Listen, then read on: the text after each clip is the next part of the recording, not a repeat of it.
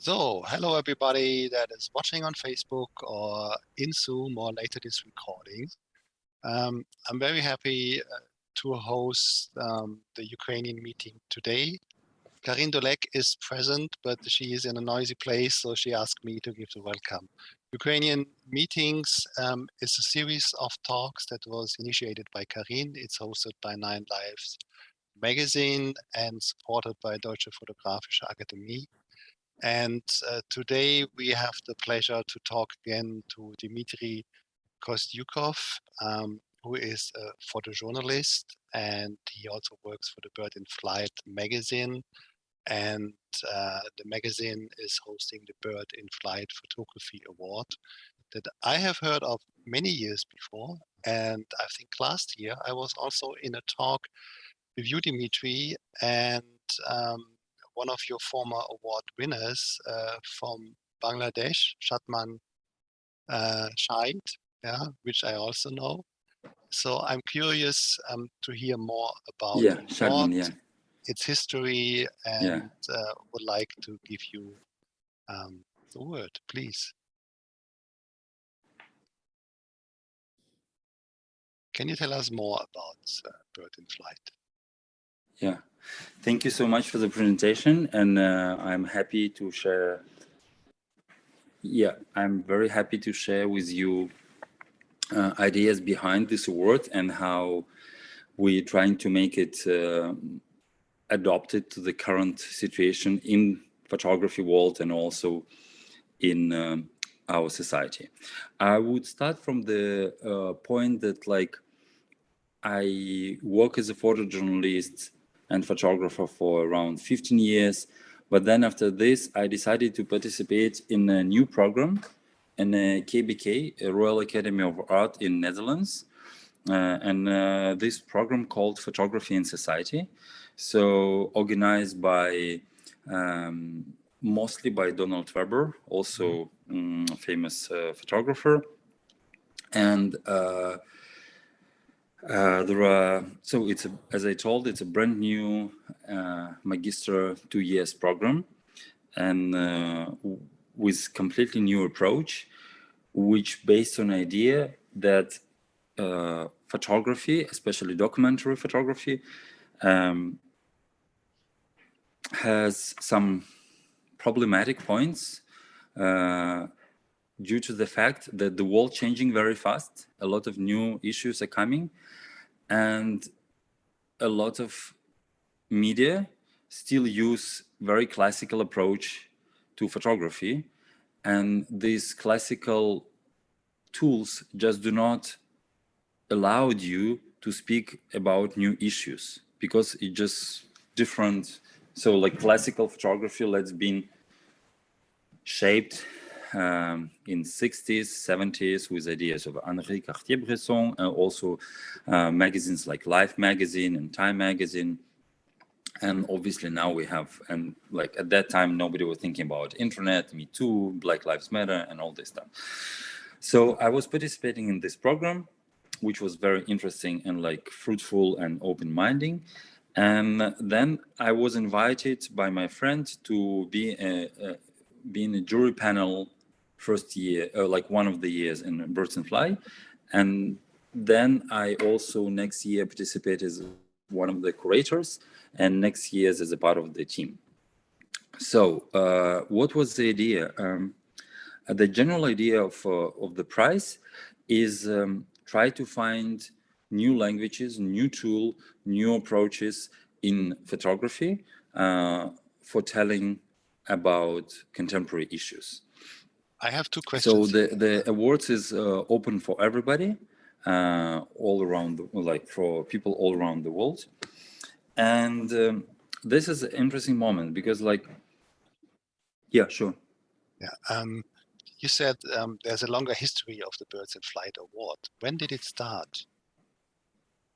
I don't hear you at all. I think there is a delay. The others here, can you hear me?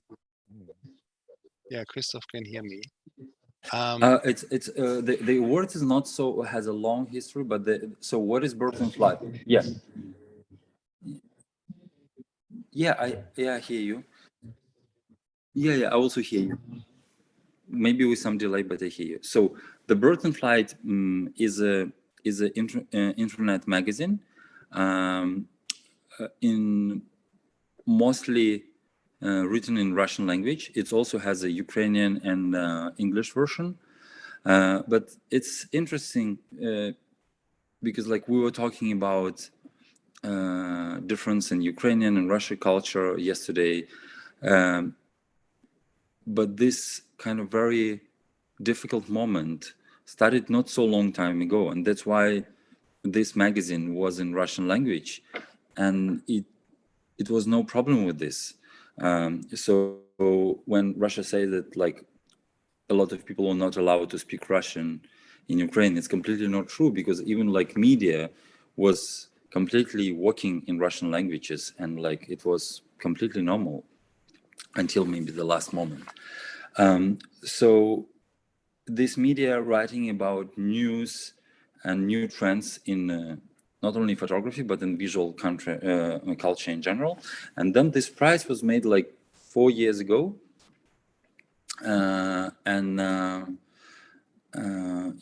during the last 3 years, only 4 or 5 years ago. So, and during the last 3 years, I participate in this award. First year, as I mentioned, as one of the jury, and two other years as a curator or one of the organizers. So we, at the year when I was a curator, it was a COVID year, and obviously we started to think how to show works of the winners. And at the beginning it was like, obviously we were showing works in the gallery, like for the first 2 years, but then during the COVID it was impossible. So I remember this moment. I was sitting in the Netherlands. I was thinking how we can show it, and I came to the idea to show it through the web cameras. So an idea is to make pictures available for as many people as possible, because of course we know that like to the gallery, it's a very particular part of the audience going to the galleries. But at the same time, during COVID, it was in general impossible. So I decided to use print pictures as a posters and put it on the street. In Europe, it's not rare. It's quite, especially in Paris, for example, it's quite it's happening a lot. But the idea not just to put them on the walls, but to put them in front of the surveillance cameras. So these surveillance cameras, which are showing videos from the streets 24 hours a day. So visitors can see, so the picture exists in a free and public space, literally offline, because it's on the street. You can go and communicate with pictures as a posters, you can touch them, you can move them, but they're the same online. So we made a website, and you can all, so there is a link on the website, which you can open now, this Birth and Flight 20. Could you please open it? Mm-hmm. So, and on this website, we united the videos. No, this is the pictures, and also, could you open the website? So this is a website. You see, it has 3 versions, and in the middle, on the middle, you have videos which you can click and see what is going on. So on the middle, you see the green wall with the pictures. So it's not very close up, but you can see on them and what is going on, because it's like people coming and passing by. It was some people who removed these pictures, and you see what is interesting. So this is a video camera in the art gallery, which is closed due to COVID. So no exhibition, but we use this camera from this art gallery, like it's a surveillance camera, which we use to show our exhibition.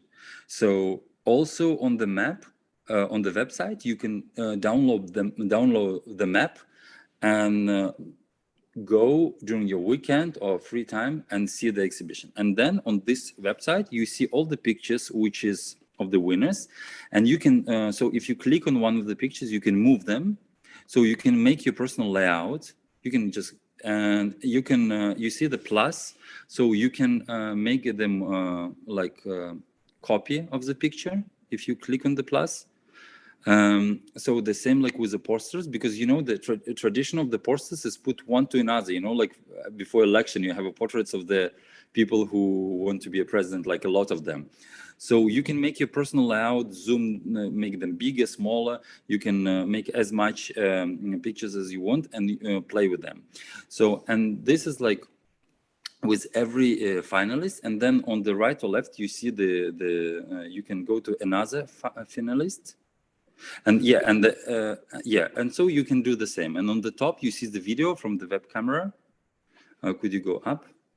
Yeah. So this is a web camera which works 24 hours. Because now this website is in a mode of like, it's not online now, obviously, because it's 2020. So this website now exists in the kind of like archive, right? So the video is one of the moments. And so we put these pictures in a very different locations. So some of them like hipster places, some of them just popular places where like a lot of people go to job every evening or morning. Some pictures, some are places for the tourists. So it's all around the city center. And as I told you, you can download the map and make your personal exhibition tour with explanations. And also near every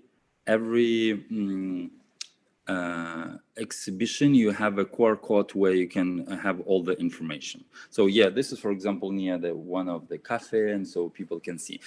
And then we use a tradition of posters, as I told. So we put it on the wall, sometimes repeating the same picture several times. And what is important for me, so typical white cube gallery space it's absolutely natural, right? So you have a art piece or you have a work, and all the space go around piece. So kind of the work is the most important part. And when you put pictures on the street like this, they adopt to reality, literally. So they adopt to the surface. So if you put on the brick wall, or if you put it on a metal wall, so if you have some, I don't know, cracks on the wall, so the picture shaping literally the same as reality around us. So you can also open some pictures to see. I document a little bit how it looks like, and you will see the size of the print. So, and when we were selecting together with other curators the place where we put, so we were trying to choose different. So yeah, this is information about website which is on the Birds and Fly website. And could you please go to the pictures which was in the folder, yes. which I have sent to you.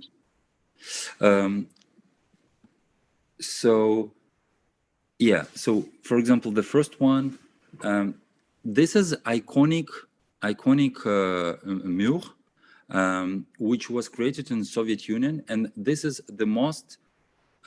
This is architecture piece which was produced with the biggest amount of copies in the history. So this type of the wall has a particular name, and was designed when one of the designer in Soviet Union, and obviously he was now he's a migrant. As soon as US cycle up, he migrated to US and work as an architecture.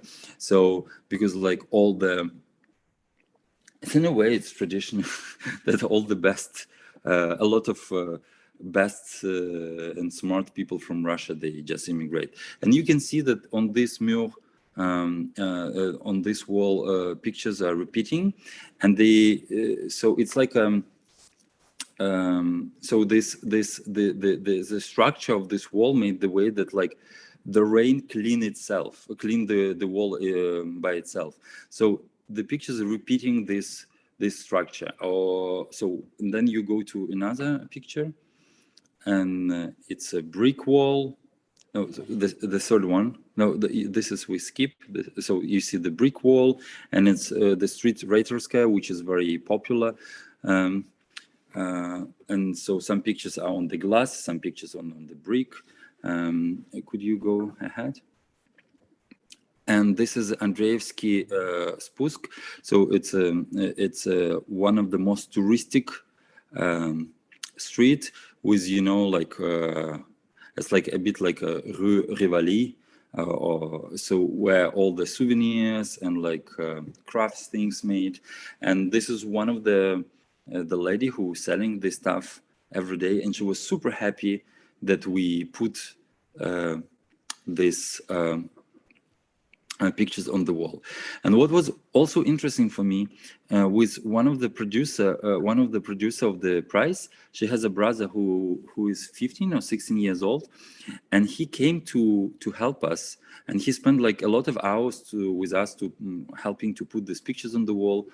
And then we were passing by one gallery and asked him like why he never came to this exhibition like a previous year, and if he would come to see the exhibition if it would be in a gallery. And he told, of course not, because galleries are full of millennials.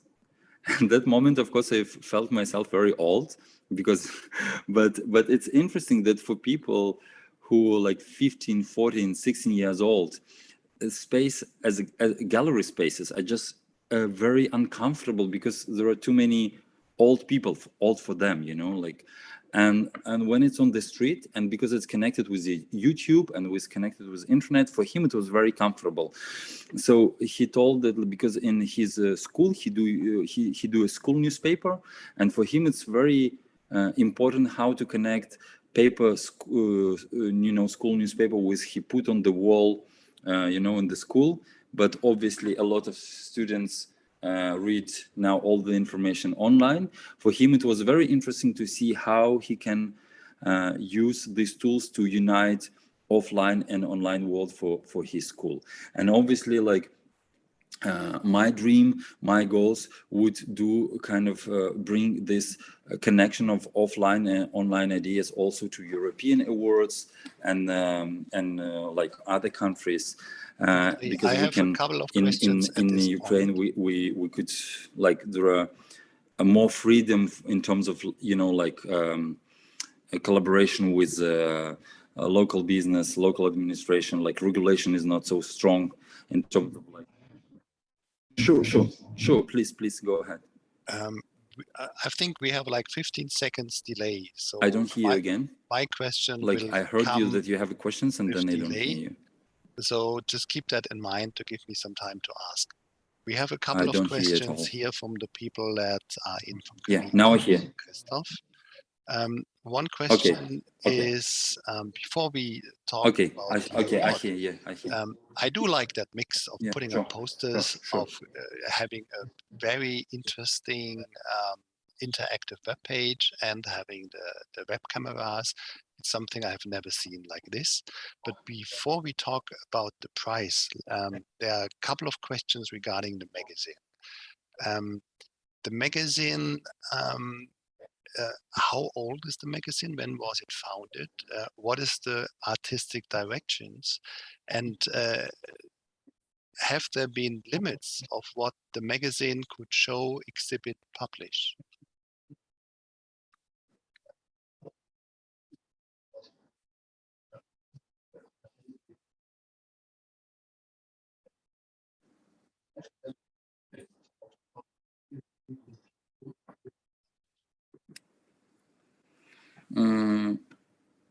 So let me start from. So the magazine was founded in Ukraine, in Kiev, and this is one. So there are a lot of IT startups in Ukraine, and one of them is Deposit Photos. So it's like you know, the platform where you can stock and share your pictures. So a little bit like Flickr or WeTransfer or something in between. And so they wanted to have a blog. And then one of my friend, Evgeny Safonov, he proposed them to do not just a blog about the work of the company, but just to write about photography in general, to make people's interest in photography and people's education about what photography is more. Because the thing is, like, yes, we're surrounded by millions and millions of pictures, but mostly not the most interesting, not the most advanced, in a way that, like, there are so many great photographers, great artists, but a lot of this work are not in the public space. We need to go to see them, like, in a museum, or like buy like professional magazines, like, you know, like in France you have like I don't know, Polka magazine, or Fisheye magazine, or Foam magazine in Netherlands, or Gap magazine. So if you are not really in photography, it's a very low possibility that you will see it just in, you know, like in social media or just on the street. So the idea was to bring more good quality content to the public. And I actually don't know how old is it. I think it's like around 10 years. Yeah, probably 10 years. And it has like more than 1 million views per month.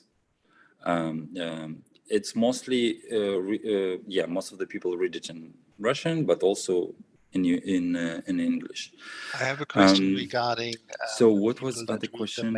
Is it possible to show everything? So everybody, like every photographer can apply to the award, and we are happy to have international, like people from all over the world.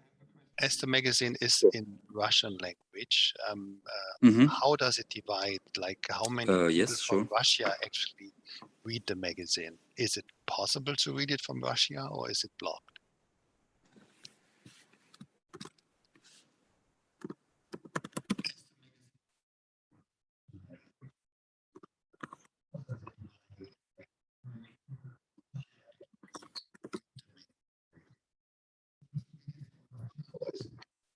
Yeah, of course, people from Russia read it, and it's quite popular in Russia. The thing is, like, just due to the population, there are more people in Russia.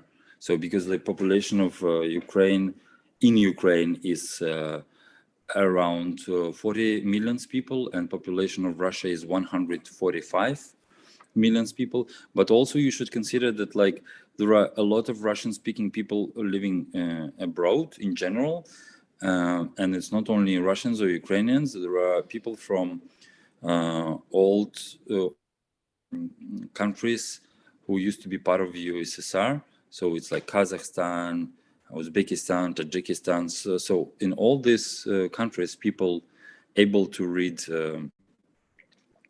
in Russian. And also there are big migrants community, mostly in countries like Germany, Canada, US. So all these people read in Russian. And this is a very big question which you touch, which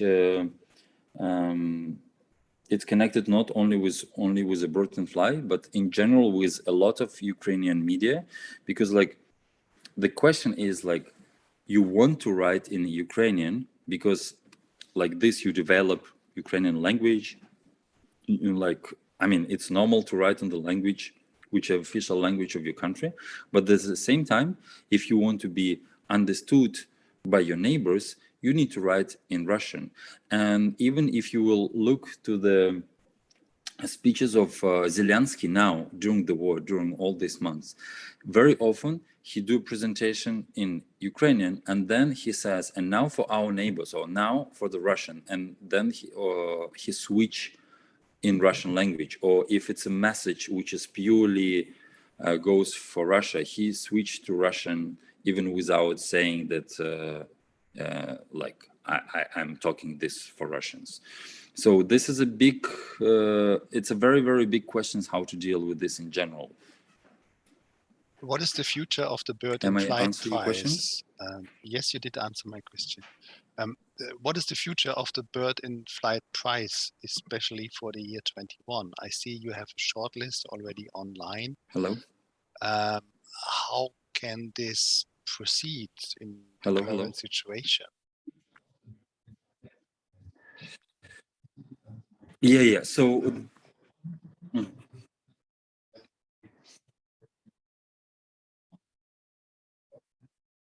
yeah. So,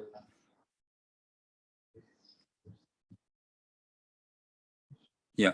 So the future will be 2022, but it's already exists in 2021.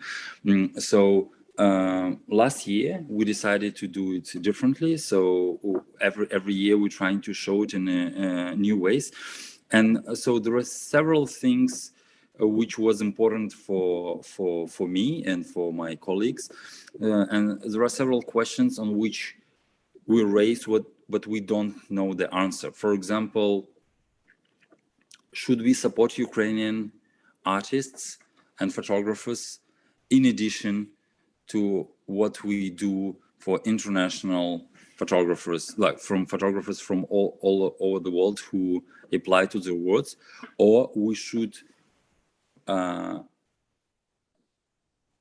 only consider the quality of work? And so, because when people send the pictures and jury see them, they don't see the name, they don't see the country of origin, so they just see the work and explication of the work. So that's why, for example, we thought, like, should we do like special nomination for Ukrainian artists or not? Should we do a special prize to support Ukrainian, a special like section to support Ukrainian artists or not? So because different countries have a very different tradition of this. And another question which we which is very important for me and which I found. So idea of the prize is to get the most unique work, unique with a new unique language. But then a very interesting thing happened, that we realized that not the best work win the prize. Why it's happening? So, for example, you have let's say 10 people as a finalist, and then jury should give a mark from 1 to 10. The thing is, like, the most unusual work, so jury has a very different opinion about it. So they either give 10 or give 1. But for the average work, they have, like, I mean, good quality, but something what people already saw, they got like 5, 6, 7. So as a result, the average number for the count for the work higher for something more traditional than for very new work. So because you can easily count, like 1 plus 10 split it in 2 will be less than 7 plus 7 count in 2. And so I started to work on the idea how we can change it, because we know that another option is, for example, when curators can manually change something, but it creates situation when, like, it's not very objective, because curators can have their personal preferences. They can have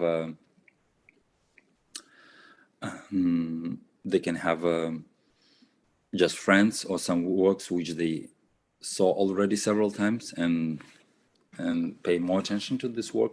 One of the I'm sorry to find in like main this. organizers Dimitri, do you of hear this me? prize is Lola He doesn't hear me. Goldstein, and she has experience of organizing I think you have the delay film as well, festivals. Karin. And in film festivals, we know, for example, the curators' work are very important, because, like, big names like Tarkovsky, for example, they would, or like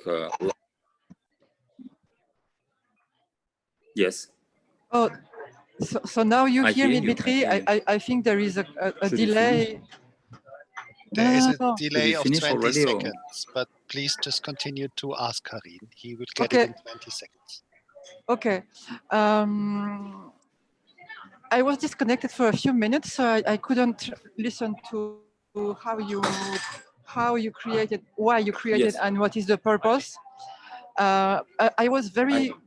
I'm a curator from France. hear I you. co-created the Festival Circulation. I'm very into young European photography and different culture mix. And we are always very eager to try not to franchise the works we see. And we're trying to see how these works are showing something specific from the region they are created in. And that's also something I realized when I was in Morocco. Some works that I saw in Morocco were very, for my French eye, very obvious, or I don't want to say boring, but not that significant. And I have been dragged into understanding that they see things, as you said yesterday, same object, different meanings, and they have a whole world being attached to something that we don't even see. So I'm very, very surprised you don't have more actions toward specific this about Ukrainian photography, and more pushing it, being aware that it's difficult to exist when you have so many good photographers from all around the world that have good studies, good culture, good education, good camera, and access to a lot of structures. While you may not have the same in Ukraine, but you have also a very specific field of artistic culture and photography culture. We all know a lot of Ukraine photographers and Russians, and that there's a real aspect that creates a very big difference. So my question is, how is it that you went into something that is good quality, but open to everything and everyone, and not pushing this very specific identity? That's my very long question. I hope you understood it.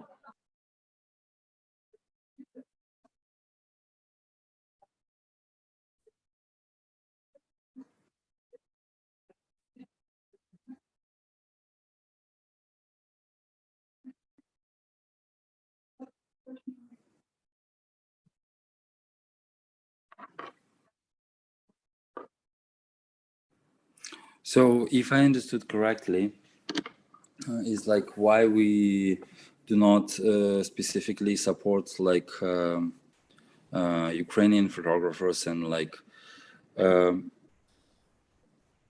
yeah, I think you're very right. Like I'm absolutely agree with what you told, and it was a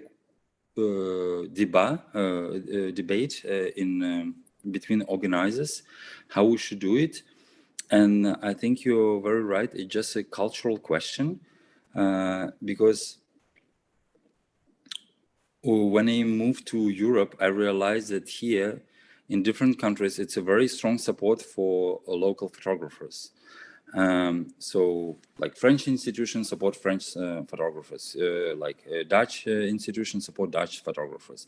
So of course they support not only the local photographers, they have some awards for like international community, but also there are some of them which specifically works with the local community.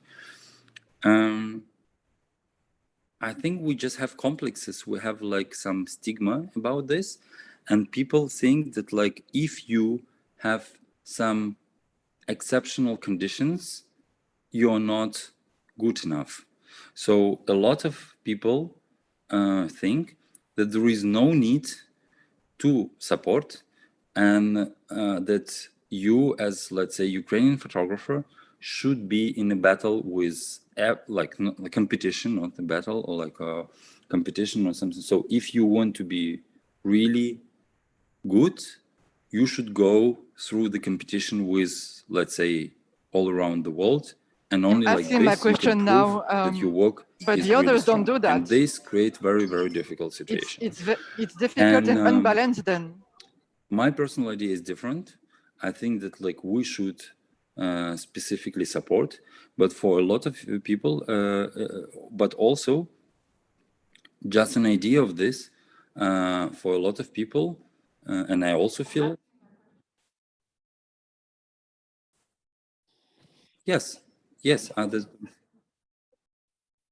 yes, Yes, but also it's for a lot of people, it would be strongly connected with a nationalistic idea, because like you separate people just based on their nationality. So if you're Ukrainian, you have this. If you're not Ukrainian, you don't have this. Or like if you're Russian, you have it.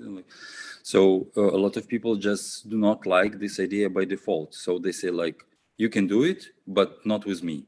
So I know people, curators, who would say like, I would never do something specifically for any group of people. Everybody should be like in equal conditions, and I understand what.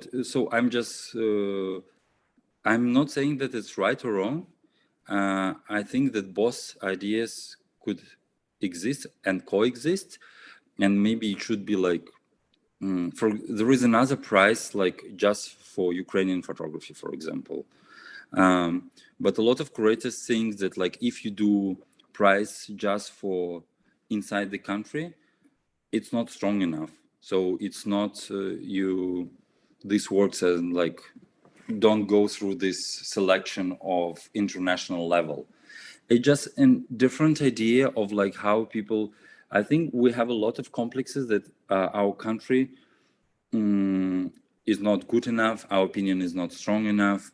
We're not as cool as a lot of European countries. At the same time, of course, people understand that we want to fight with a lot of colonial ideas, as I told, because like we have situation when European photographers or like American photographers came to Ukraine, ask very strong Ukrainian local photographers to be just a fixer. They go, take all the ideas, photograph the same, then they win all the awards with these pictures, and it looks like, for example, Ukraine covered by international photographers more than it's covered by local photographers, which is not true, but because like again we live in the world where we have so many pictures, only like very often only pictures which go through the awards and get awards, and then like through this getting public attention we see only this works. So it's a very complicated question. I don't have an answer on this, full answer on this, but this is something what we constantly discuss and trying to fix. And also I think it's very important to have advisors from the very local communities who will tell you if this work is really strong or if it doesn't strong. Even for you it might look different.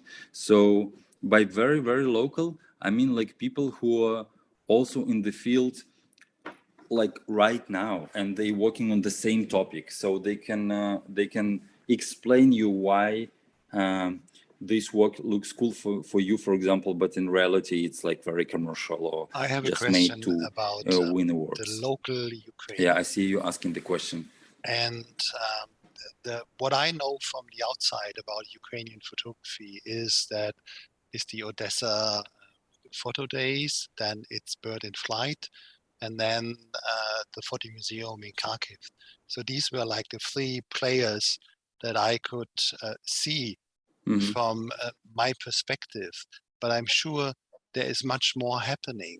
And how connected are you inside the Ukraine? Is there a Ukrainian photo bubble? Who else belongs to this bubble of Ukrainian photography that you could recommend to us?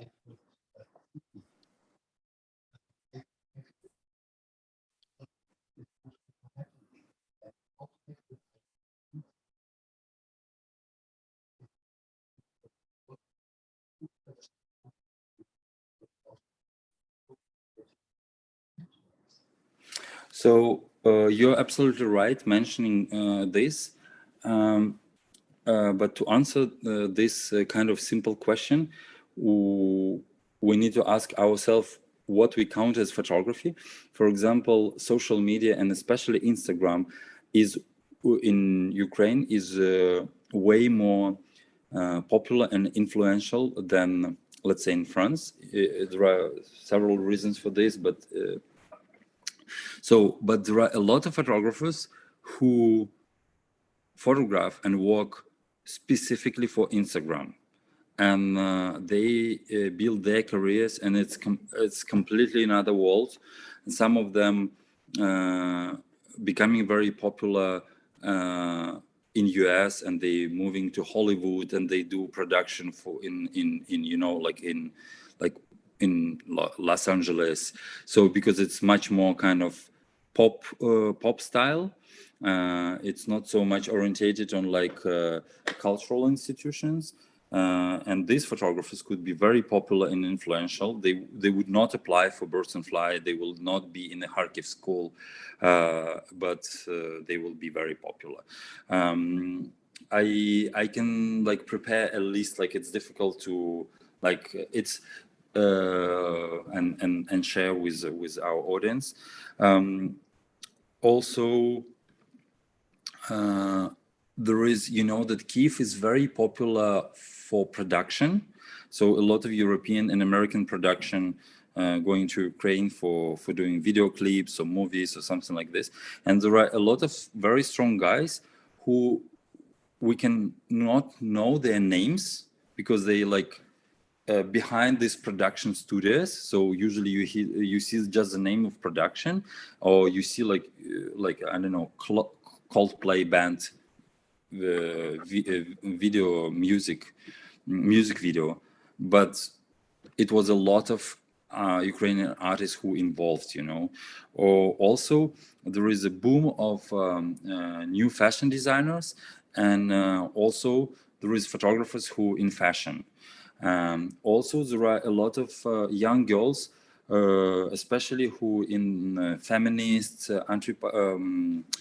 anti-patriarchy movement, and they do the like mix of photography and 3D and drawings and stuff like this, and most of them are orientated on social media too.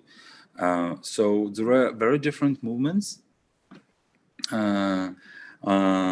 Also, if we talk about, like, for example, guys who photographing LGBT, for example, Karin, on your festival, you already show, for example, Anton Shebetko. I think he was last year. He lives in Amsterdam, but he's like Ukrainian. He's photographing Ukraine.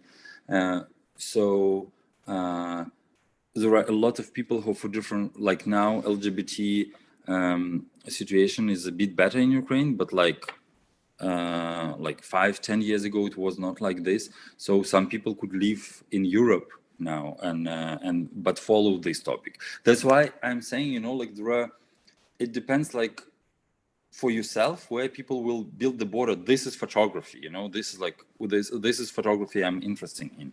But if your readers are interested, I can make a list of people to follow with pleasure. Well, in Germany, we also have like different bubbles of photography, and there's a divide between photography as a marketing tool for advertisement, for products, for fashion, and then photography as a social commentary, as activism, as art. So the world, the DFR, the German Photographic Academy, moves in is photography as an artistic means. So it has an artistic approach, and most of the festivals that I have been to and where I met the people, and where I also met like the Shiloh group and Karin, they have this intersection between photography as art and also gray zone moving towards documentary photography. And that was the part of photography I was interested in. And is there anything else than Kharkiv and Odessa and Bird in Flight?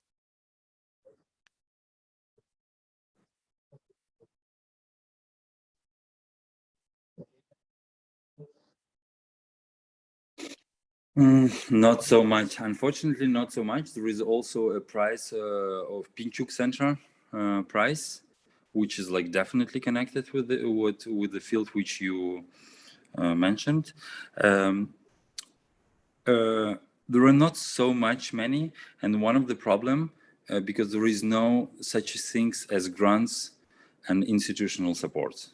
So a lot of people, even some of them are quite famous, like Valentin Bo, for example, who was a FOM winner, and he's in a lot of festivals. They actually have a completely another job. They can't work as a photographer. They can't survive with this. So this is this is another question. And I just briefly wanted to back how we showed this work in this year. So if you can, you can go to the YouTube video, which I sent the link.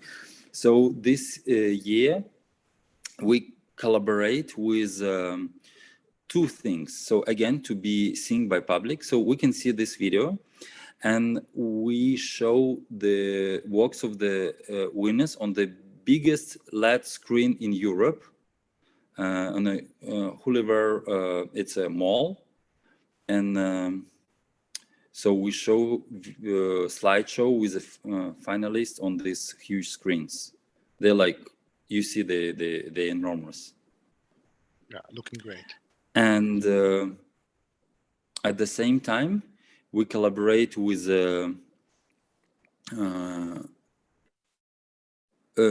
network of cinema, and they I'm having a question. When you can hear me, just tell me. Before movies. So when people, yes, sure. Yeah, I hear you. Just please go ahead.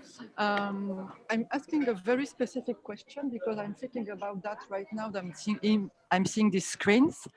With the feedback of, I worked with Morocco for a little time, and I made exhibitions there of European of Moroccan photography, and the people of the everyday people of Morocco had very different reactions to the pictures they were used to be shown to, the pictures of worldwide photographers, and it was usually not expected as much for me. What about the pictures you're showing right now on these huge big screens? How do people react to them? Is it something that they're very used to? Do they reflect that? Is it shocking? Is it boring?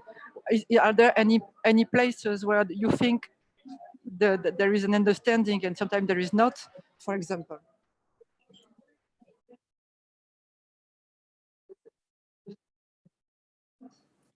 Yeah, I think, I feel your question. We have exactly the same problem. So a part of this, as I told, we showed before the films in the cinema. So it's like 2 minutes before, like when people go to the cinema and they see not only advertising, but also this. And we collaborate with owners of these cinemas, and they were happy to show it as a social advertising. But obviously we were showing it not before every movies, not like a Spider-Man, you know, because normally people are not interested in photography like we show, but more like let's say art movies. But the thing is, people react very differently. Some people do not understand this kind of photography because they never saw it. But some people I really love. So I remember I was really impressed. So it was in the center of the city, and we put pictures on the showcase of one of the shop, and it was an old lady who just was going to buy some bread and some milk, and she looked at these pictures and she started to cry. And I asked her why she's crying, and she told it because, like, after USI collapsed, she almost never been in the museum. She never been in the gallery because she doesn't feel her like look good enough. She doesn't have money. She doesn't know if it's like expensive or not. Go to the gallery, even the galleries are free. And it's the first time she just see proper quality of the work on the street, and she could look at them for free. And she was standing like, I don't know, for 20 minutes looking to the pictures. So I think it's for my experience, it was very good reaction from the older generation.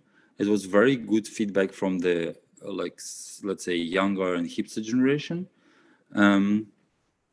Actually, they were reacting on posters like way more interesting than on interactive presentation. Interactive presentation was mostly interesting as this webcam stuff, you know.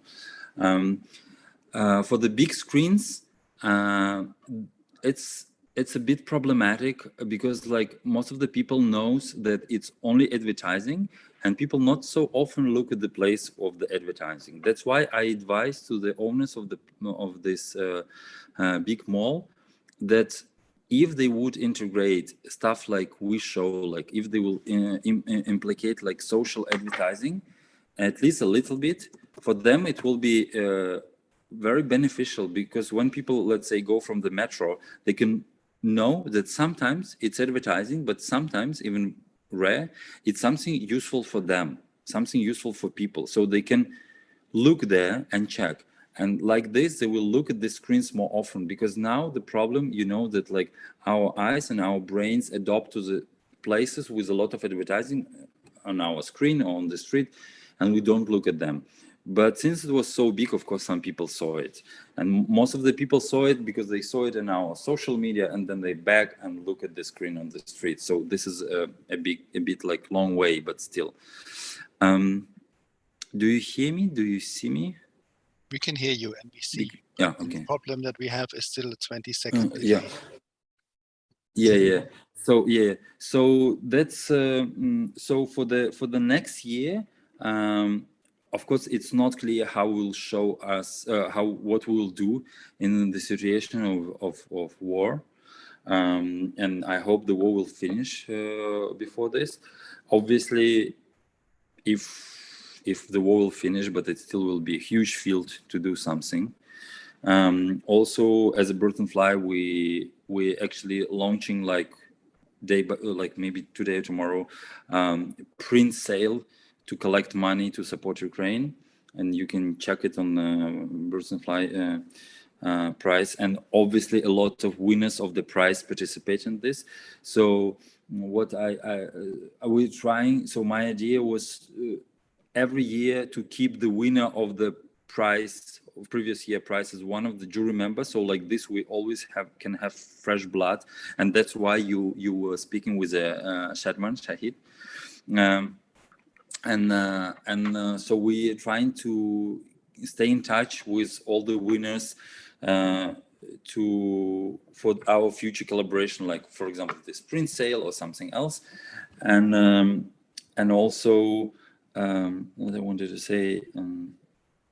Yeah, and I'm very happy that some people who was in our finalists, we select them before they won another award, and then some of them won, you know, like Aperture Foundation or Foam Foundation. So like the prizes which are much older than we are and way more established and have much more budgets and so on and so forth. I became aware of and Birds just in hope Flight to Award develop. because of its quality. I've really thought that the Birds in Flight Award was outstanding. And for me, it was a kind of surprise to realize later that it comes out of Ukraine. That was something I would have not thought of.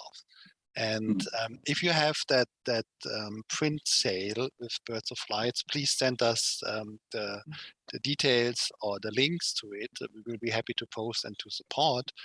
And what I see with the names that you had been recommended, like Shatman Shahid from Bangladesh or Donald Webber, I think he's originally Canadian, living in the Netherlands. I've met both of them at the Shobi Mela Festival in Bangladesh. And if you know, like Donald's work, he lived for a long time in Ukraine and he did an amazing work about Ukraine. In Ukraine, yeah. Did the two of you meet in Ukraine or later when he was then relocating to the Netherlands? We knew each other. No, we knew each other. We knew work of each other. We knew the name of each other. But then we obviously started to be much more close during my participation in the program. And he was the head of the program. But of course, like Donald has a very special feelings to Ukraine, and you can see from his social media, he's really supporting Ukraine. And yes, since the program was, and the topic of our lecture today is like photography as a social impact. So for me, the goal is to be this bridge, you know, between like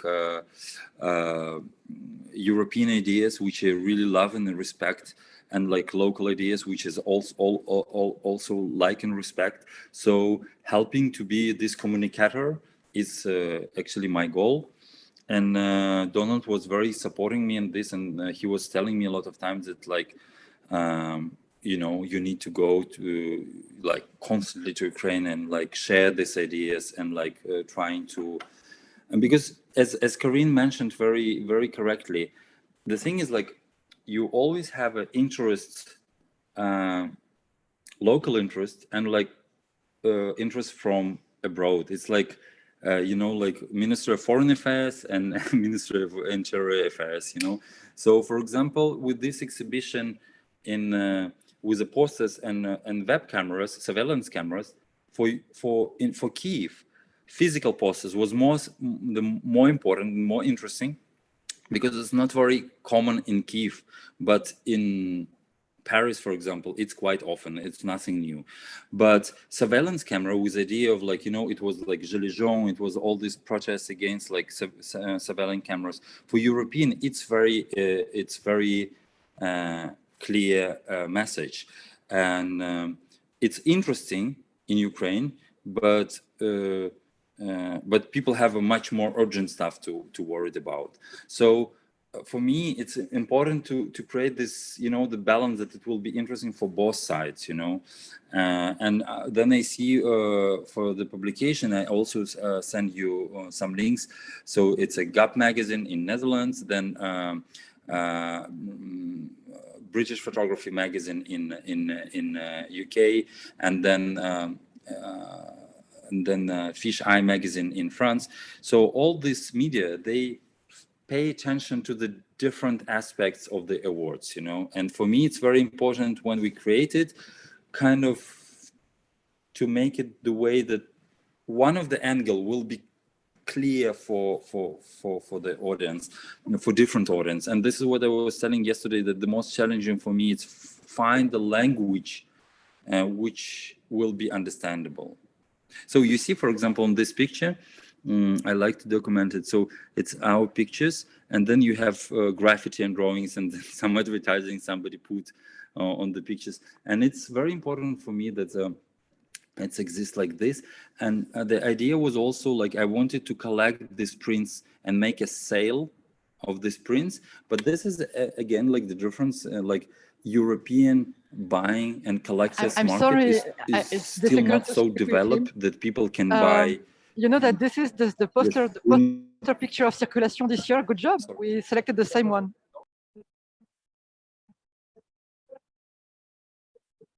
Yeah, I know, but I'm sorry, but we did first. I'm sorry to say this, but yeah, but I'm you know, very it's happy not for her. it's I'm not very happy exactly for her that she a became run. so popular. Sure. Yes, I completely agree. But you know, I'm saying this not to compete. I'm saying this that for us, it was very important to be on an international level. And of course we're thinking about prices as your as your festival, or like all other prices, because Birds and Fly is quite young, is like as I mentioned, like 5 years old. So for us it's very important to look at the quality and level of international prices and like be on the same level. So that's why and you know, not to repeat, but select this level of work with kind of our capacity, and this is important. That's why I didn't want to say that we compete and say like, oh look, we're first, and then like Well, maybe to wrap it up, I can really say that you achieved something in those 5 years. Yeah, you for sure got my personal attention. I'd love to see what you chose. I did like to see what you chose. Thank you so I much. also like the approach of showing it differently, the connection between the surveillance camera and the posters. And I hope that Bird in Flight is going to continue even through those hard times. And we will put the print sale on our channels. Thank you so much. And yeah, if you have somebody that you can recommend to us to talk to in the future, please do so. But I think today we all have seen a great presentation I of the will definitely do magazine, it. of the award, and well, excuses everybody that is watching that later for the delay in time. That was a little bit difficult with the 20 seconds, but I think the information has been passed on, the presentation has been seen. So I would thank you, Dmitry, for your time and your insights. Yeah, especially yesterday, the talk was very mind-opening. Thank you so much. Yeah, thank you so much. I wish you like all the best in the future, and I hope that our thank you paths for inviting. It was a going pleasure, to and cross. And thank you, Karin, for participating under those difficult circumstances. And I think we will soon have more talks here. And yeah, come back. You know where you're going to find us. Thank you, Karin, and thank you, Boris. Have a nice day. Yes, thanks everyone. Sorry for the noise. Thank you so much. You too. Thank you so much. Bye bye. Thank you, Karin. Thank you. Thank you.